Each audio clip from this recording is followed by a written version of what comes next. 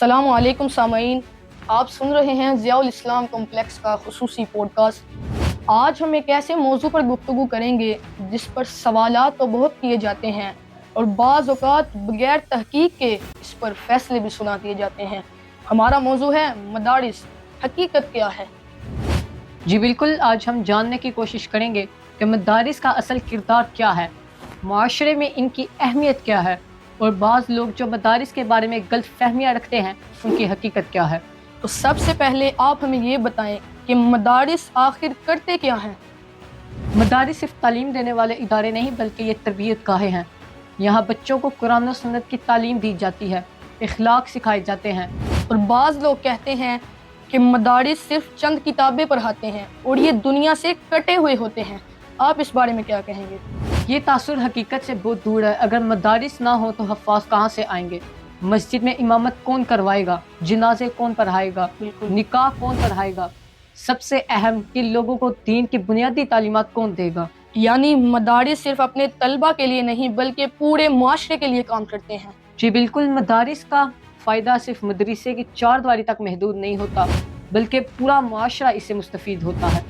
और एक एतराज़ और भी किया जाता है कि मदारिस माशरे पर एक बोझ हैं।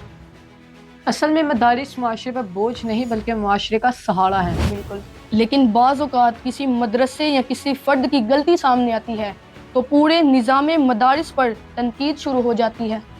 ये इंसाफ का तरीका तो नहीं। अगर किसी एक डॉक्टर से गलती हो जाए तो हम सारे डॉक्टरों के शोबे तिब को गलत नहीं कहते।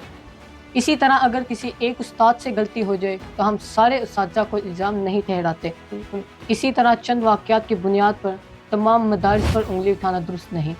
तारीख़ के तनाजुर में मदारिस की क्या खिदमत हैं? देखिए, मदारिस ने हमेशा दीन की हिफाजत की है, कुरान करीम की तालीम को आम किया है, उलमा हफ़ाज़ और कुर्रा पैदा किए हैं और हर दौर में उम्मत की फ़िक्री और रूहानी रहनुमाई भी की है।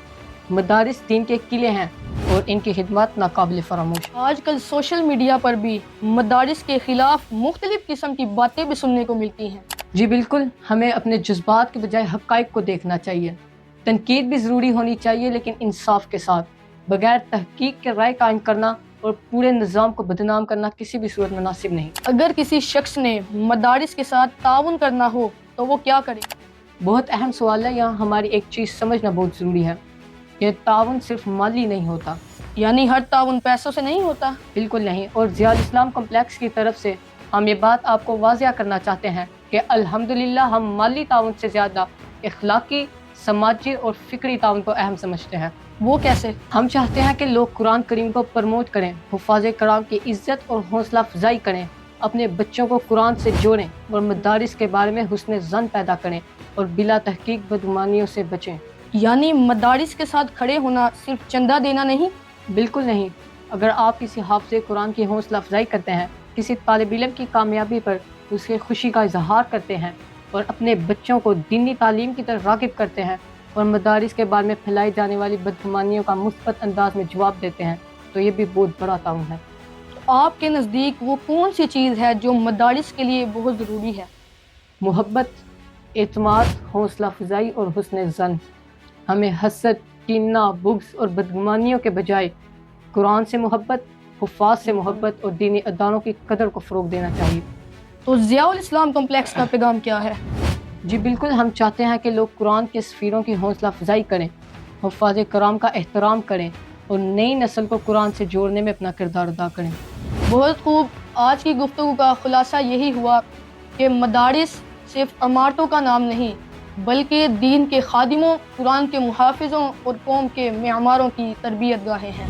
हमारी ज़िम्मेदारी है कि हम तासुब के बजाय इंसाफ, नफ़रत के बजाय मोहब्बत और बदगुमानियों के बजाय हुस्न ज़न को फ़रोग़ दें।